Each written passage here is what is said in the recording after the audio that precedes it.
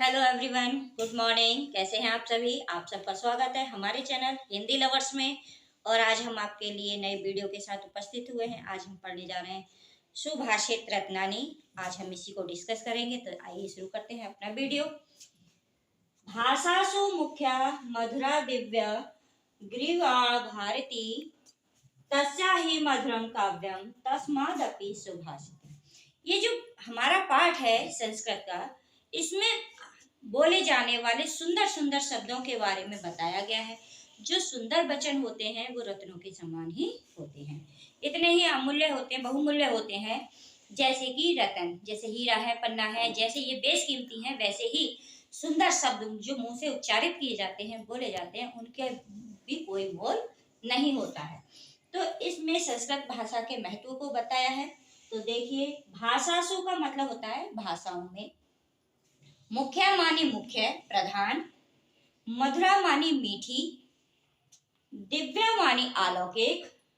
ग्रीवाण भारती संस्कृत भाषा। ये पंक्ति ये कहती है, जो संस्कृत भाषा है वह सभी भाषाओं में मुख्य है, मधुर है और अलौकिक है। तस्या ही मधुरम काव्यम तस्मादपि सुभाषितम्। तस्या मानी उसका, तस्या ही मानी उसका, मधुरम मानी मीठा, काव्यम मानी काव्य। श्लोक।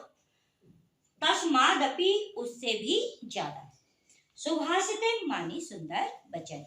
दूसरी पंक्ति ये कहती है, जो संस्कृत भाषा है वो मुख्य, मधुर और अलौकिक तो है ही, लेकिन उसका जो काव्य है वह भी बहुत ज्यादा मधुर है, मीठा है।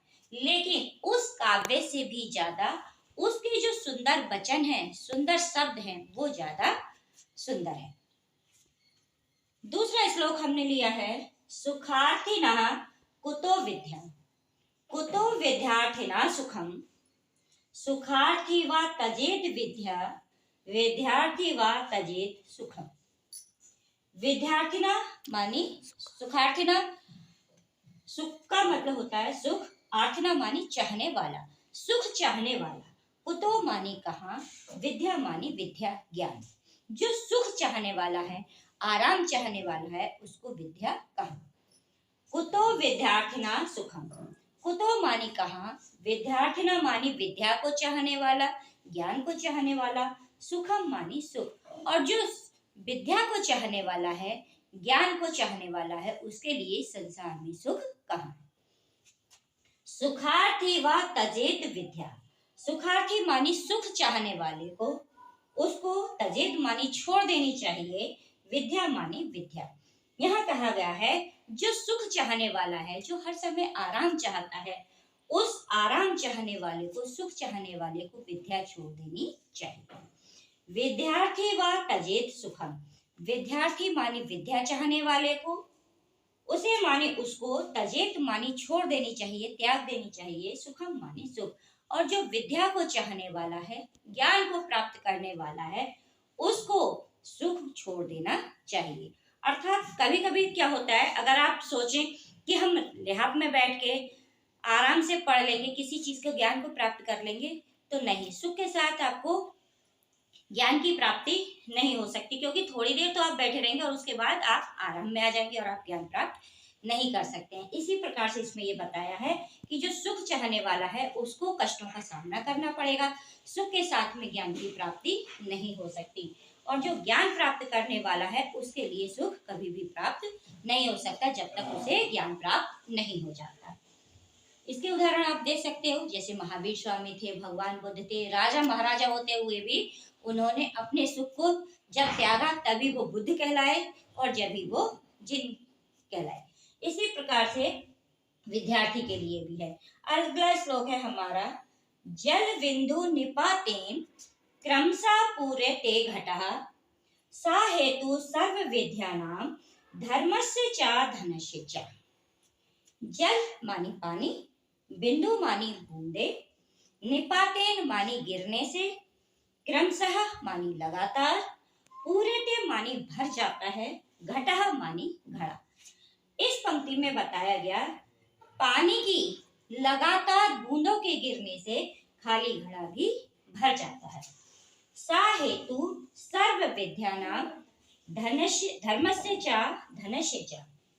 सा मानी वही, हेतु मानी कारण है, सर्व मानी सभी, विद्या नाम मानी विद्याओं के लिए, धर्मस्य च और धर्म के लिए, धनस्य च और धन के लिए। अर्थात इस पंक्ति में ये बताया गया है कि जिस प्रकार से पानी की बूंदों के लगातार गिरते रहने से एक खाली घड़ा भी भर जाता है, उसी प्रकार से वही कारण होता है। अगर आप विद्या को पाना चाहते हो तो आपको लगातार अध्ययन करना पड़ेगा।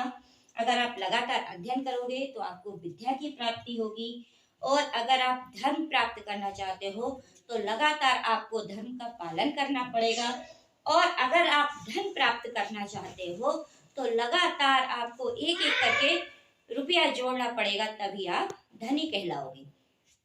इसलिए सा हेतु सर्व विद्या नाम धर्म से चा धनस्य चा। तो जो कारण जिस प्रकार से खाली घड़ा लगातार पानी की बूंदों के गिरने से भर जाता है, उसी प्रकार से वही एक कारण है सभी विद्याओं के लिए, धर्म के लिए और धन के लिए। अगला श्लोक है हमारा, काव्य शास्त्र विनोदेन कालो गच्छति धीमताम व्यसनेन च मूर्खाणाम निद्राया कलेन वा। काव्य मानी कविता, श्लोक, शास्त्र मानी शास्त्र, विनोदेन मानी हास परिहास या उससे काव्य शास्त्र से उत्पन्न होने वाला आनंद, कालो मानी समय वक्त, गच्छति मानी गुजरता है या व्यतीत होता है, धीमता मानी बुद्धिमान लोगों का। इसमें यह बताया गया है, इसको जब हम लिखेंगे, इसका अनुवाद करेंगे लिखने का, तो हम यहाँ से शुरू करेंगे। धीमता, धीमता मानी बुद्धिमान लोगों का, कालो मानी समय, बुद्धिमान लोगों का समय, गच्छति मानी जाता है, किसमें जाता है, काव्य शास्त्र विनोदेन, काव्य शास्त्र के हास परिहास में और उसके आनंद में ही बुद्धिमान लोगों का समय व्यतीत होता है। व्यसनेन च मूर्खाणाम निद्राया कलेन वा। अब इसमें मूर्ख व्यक्ति के लिए बताया गया है। व्यसनेन मानी बुरी आदतें, च मानी और, मूर्खाणाम मानी मूर्ख व्यक्ति का, निद्राया मानी सोने में, कलेन झगड़े में, वा मानी और। तो ये जो हमारा कालो गच्छति है वो इसको मूर्खाणाम के साथ भी आएगा। तो यहां से लिखेंगे मूर्ख लोगों का समय बुरी आदतों में, सोने में और लड़ाई झगड़े में व्यतीत हो जाता है। इसमें बेटा दो लोग हैं, एक बुद्धिमान लोग हैं और दूसरे मूर्ख लोग हैं। तो जो बुद्धिमान लोग होते हैं उनका जो समय होता है कविताओं को पढ़ने में, शास्त्रों को पढ़ने में और उससे उत्पन्न होने वाले आनंद में ही पूरा समय व्यतीत हो जाता है। और जो मूर्ख लोग होते हैं उनका पूरा समय या तो बुरी आदतों में व्यतीत होता है, गुजरता है, या फिर वो हर समय सोते रहते हैं, सोने में उनका समय ज्यादा जाता है, या फिर वो उनका समय जो कीमती है, बहुमूल्य जो समय है, वो लड़ाई झगड़े में ही व्यतीत हो जाता है।